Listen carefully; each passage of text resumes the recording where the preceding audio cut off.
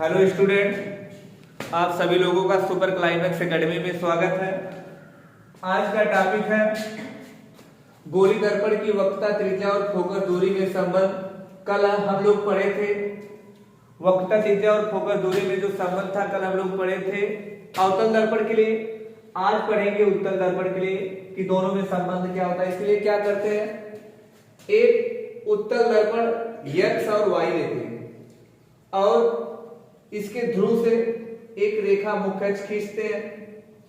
मुख्य अक्ष के समांतर आपतित होने वाली प्रकाश की किरण, जिसका नाम रखा गया यहाँ पर AB को जब दर्पण पर आपतित करते हैं तो आपतित होने के बाद क्या होता है, यह प्रकाश की किरण ऊपर की ओर निकल जाती है। आप पढ़ चुके हैं कि यदि कोई प्रकाश की किरण मुख्य अक्ष के समांतर जाती है तो वह दर्पण से टकराने के बाद फोकस की ओर आती हुई प्रतीत होती है। वह फोकस की ओर आती हुई प्रतीत होती है, तो इसको पीछे बढ़ाने पर यह फोकस पर आकर मिलती है।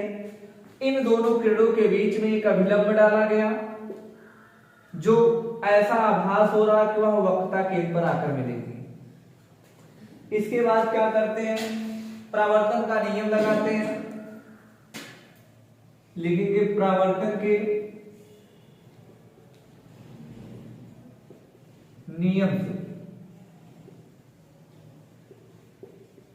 परावर्तन के नियम से, परावर्तन का नियम है क्या, परावर्तन के नियम में यही पढ़े कि आपतन कोण परावर्तन कोण के बराबर होता है। तो लिखेंगे कोण I कोण R के बराबर, क्योंकि परावर्तन के नियम में यही होता है कि आपतन कोण परावर्तन कोण के बराबर होता। इसके बाद इसका नाम कोई रखते, मान लो यहां पर कोण 1 है, इस कोण का नाम है कोण 1। तो क्या करेंगे, दूसरा कंडीशन, समीकरण नंबर इसे 1 बनाएंगे। लिख सकते हैं कोण R कोण 1 के बराबर, कोण R कोण 1 के बराबर। कैसे कोण है, देखिए कोण 1 बराबर है कोण R के, क्योंकि कोण 1 कोण R के बराबर है। कैसे कोण है, शीर्षाभिमुख कोण है।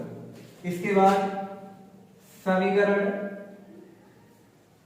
1 व 2 से, समीकरण 1 व 2 से समीकरण 1 का दाहिना पक्ष समीकरण 2 के दाहिने पक्ष के बराबर है, इसलिए समीकरण 1 का बायां पक्ष समीकरण 2 के बाएं पक्ष के बराबर होगा।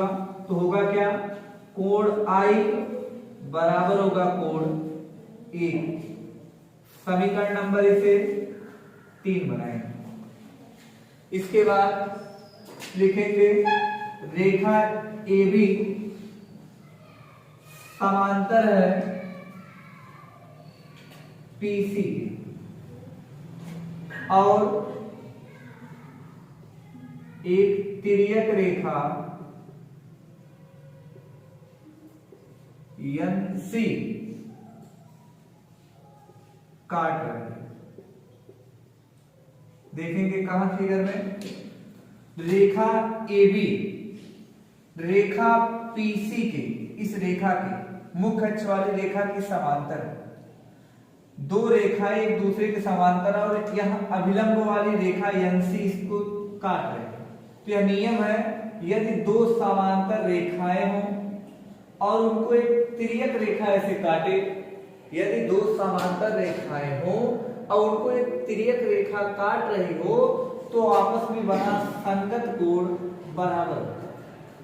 संगत कोण इसका नाम है, संगत कोण आपस में बराबर होता है। तो ध्यान से देखेंगे, AB PC के समांतर, एक रेखा AB यहां, PC यहां, इस रेखा के ठीक ऊपर एक कोण बना है I और इस रेखा के साथ कोण यहां बना है C। इसका नाम कोई रख लेते हैं, मान लीजिए कोण 2। तो लिख सकते हैं कोण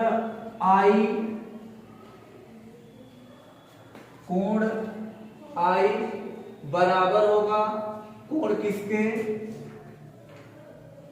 2। कोण I बराबर होगा किसके? कोण 2 के। देखिए कोण 1 कोण 2 के बराबर है, लिखेंगे क्योंकि ये कैसे कोण है? संगत कोण। कैसे कोण है? संगत कोण। समीकरण नंबर इसे बनाएंगे 4। समीकरण 3 व 4 से, समीकरण 3 व 4 से, समीकरण 3 का बायां पक्ष समीकरण 4 के बाएं पक्ष के बराबर है, इसलिए समीकरण 1 का दाहिना पक्ष समीकरण 3 के दाहिने पक्ष और समीकरण 4 के दाहिने पक्ष के क्या होगा? बराबर। तो कोण 1 बराबर होगा कोण 2 के। आगे प्रमेय है, पढ़े हैं कि बराबर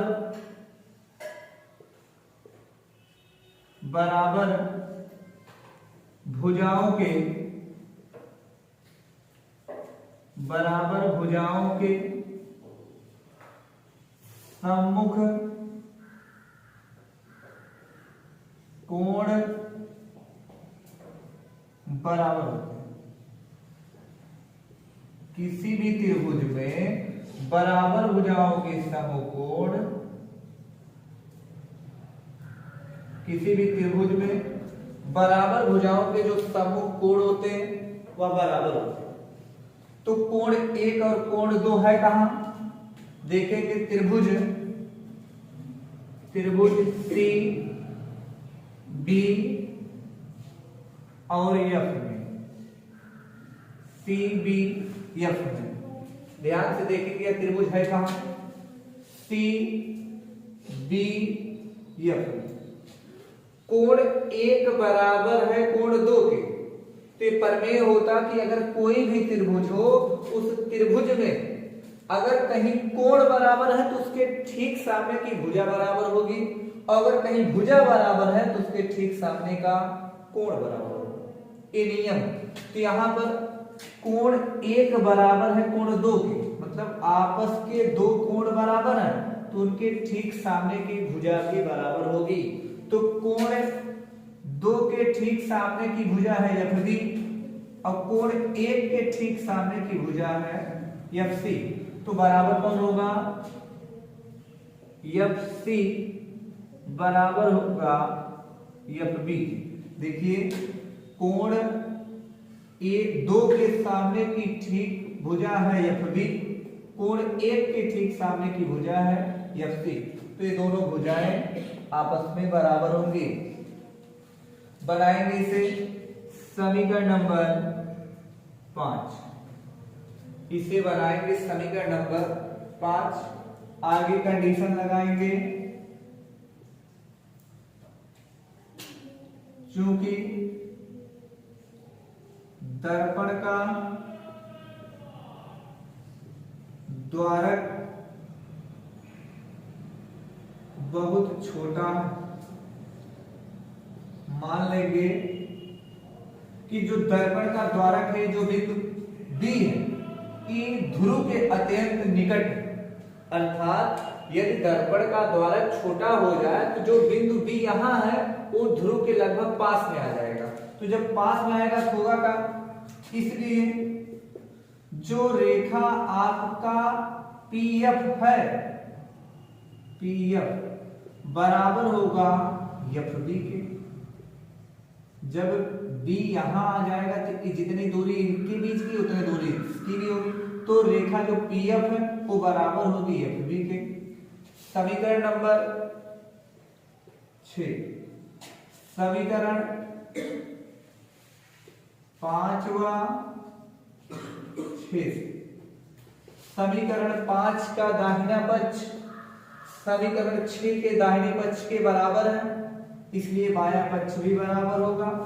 तो एफसी बराबर हो जाएगा पीएफ, एफसी बराबर हो जाएगा पीएफ।